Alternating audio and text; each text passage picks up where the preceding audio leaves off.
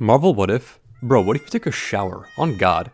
Anyway, it feels like spin-offs usually get shafted when it comes to video games. Most times when you think of video game spin-offs, the first thing to come to mind is mobile games that are usually just made to drain out your wallet, or games with a recognized franchise name just bolted onto the title but not feeling connected in any real way. And it's a shame, because spin-offs can be really cool. Oftentimes, we like to imagine established franchises taking on a new genre or style of gameplay, or maybe seeing a game's story through a new perspective and being able to play as different characters. Spin-offs are an opportunity to breathe new life and interest into an existing franchise. But for every good spin-off, there seems to be 5 or 6 that are doo-doo feces. So this raises the question, what makes a spin-off good? A spin-off needs to be a well-made and enjoyable experience through and through. All the other aspects of it are sort of drowned out if the game is buggy or just designed poorly. Arguably, the most important aspect of a good spin-off, at least in our opinion, is a reinterpretation of the original story or universe. Most stories in video games are set in grand, expansive universes, but most of the time we can only experience a narrow slice of that world. A good spin-off allows us to take a step back from the main narrative and lets the player see other interesting aspects of the world, whether it be different viewpoints of major events, or just new perspectives on established characters. One game that nails it in this regard is Halo 3 ODST. Playing as the Master Chief for a majority of the franchise kinda leads you to believe that everyone in this universe is as stoic and as tough as Chief, but they're not. ODST takes you out of the power armor and lets you play as a normal, squishy little human. The shift in perspective shows the player that while there are super soldiers fighting this war, the majority of the fighting is done by normal, vulnerable men and women. Showing a more human perspective on the Halo story makes ODST interesting. The design is very human. But this is also incorporated into the gameplay. A good spin-off should use a new perspective to change up the normal gameplay from the original. ODST does this by encouraging stealth and avoiding conflict in the sections that you play as the rookie. The new perspective is also reinforced by the fact that you can no longer dual-wield weapons or jump as high as John Halo. You still do cool Halo stuff, but it's the little things that help sell the fact that you're just a human. This is also taken to the narrative as well. Halo games are always mainly focused on the Chief, and while I love the guy, he's got the conversational skills of cargo shorts. With ODST's more human perspective, we get a lot more character interactions and banter that isn't found in the mainline games. Lord, I didn't train to be a pilot. Tell me I don't have any more flying to do today. All of this makes ODST feel like a fresh and different experience, while also feeling grounded in part of the Halo story. This is a great direction a spin-off can take if it wants to, but it can also go somewhere completely different. A great example that turns the original tone of a game on its head is Far Cry 3 Blood Dragon. Watching Jason's slow descent into madness as he slowly loses his morality is what makes Far Cry 3's story so compelling. Blood Dragon is insane out the gate. Another thing that good spin-offs do is take the chance to explore new genres and tones. The game takes this opportunity to completely shift tones and go all out with its ridiculousness.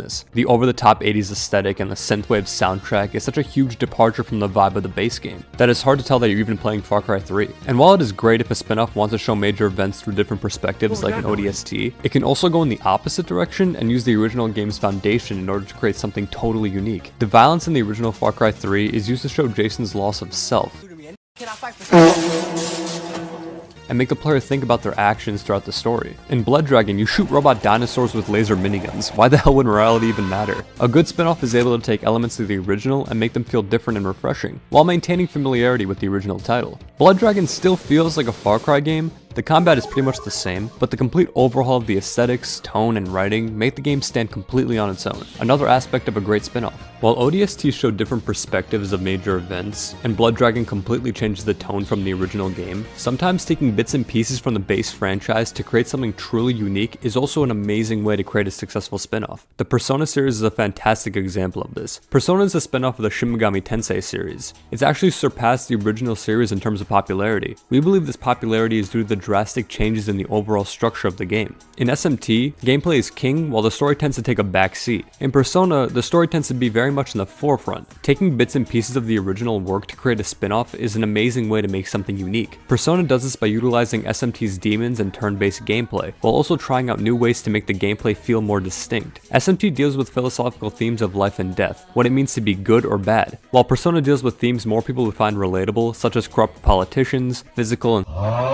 extortion, not being able to talk to women, calling your teacher mom. Spin-offs to try and do new things when it comes to the series' story, and Persona is a great example of this. The two games, though at one point were somewhat familiar, have both grown and become two wholly separate franchises that deserve their praise. To learn what makes a spin-off great, we gotta figure out what makes a spin-off either mediocre or just plain bad. The best way we can explain this is by using some examples of spin-offs that were either not doing enough or were just plain awful. Borderlands the pre-sequel is a great example of a spin-off that just doesn't do enough. It is a good game, but it feels very much the same as Borderlands 2. There are small gameplay changes here and there, but overall we think the pre-sequel doesn't do enough to be considered a great spin-off. The best way we can explain this is by describing the pre-sequel as being a DLC that got too big. The pre-sequel has a fantastic story that recontextualizes the story of Borderlands 2, and shows the universe in a different perspective. However, the gameplay doesn't do enough to distance itself from Borderlands 2. What can make a Borderlands spin-off great is when it's able to make something that feels new while also doing enough to feel a part of the series as a whole. Tales from the Borderlands is a fantastic example of using the foundation of the Borderlands universe to create an experience that feels fresh. Tales of the Borderlands has a story that is connected to the other games, however watching a 40-minute lore video beforehand isn't required to enjoy the game. You can play the other games to really get the most out of it, but it isn't required. The game does a great job at standing on its own. The pre-sequel tries here and there to differentiate itself, but it still feels the same as Borderlands 2. Now for a truly gross example of a terrible attempt at a spin-off.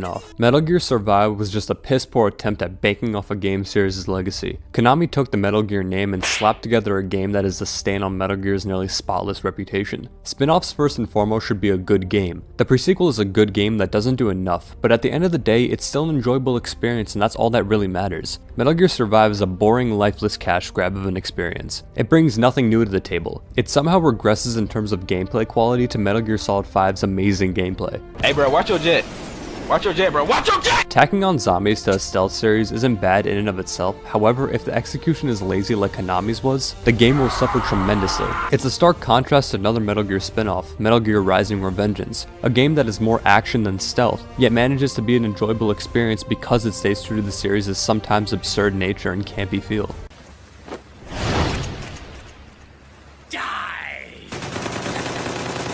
Staying somewhat true to the Metal Gear series is what will make a new take on the franchise succeed. Metal Gear Survive is a sad attempt at making a quick buck off of a very popular franchise, and a great example of a terrible spin-off. Metal Gear Survive genuinely could have been a cool game if done right. Having to stealth around zombies instead of shooting them all would work perfectly with Metal Gear's standard gameplay loop. Hell, even if they wanted to go full-blown action, it could work considering Revengeance did a great job with that. Doing anything in the Fox engine could be fun, and yet somehow Konami messed that up badly, even with the foundation of an incredibly fun game like Metal Gear Solid 5.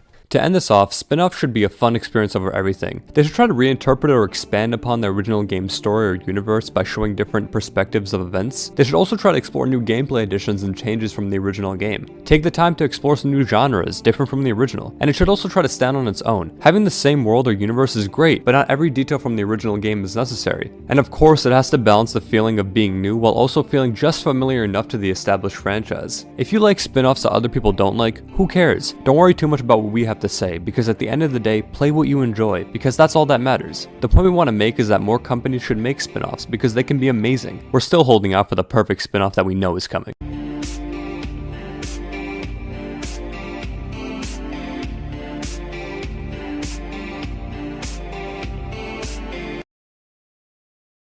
Hi, Robin.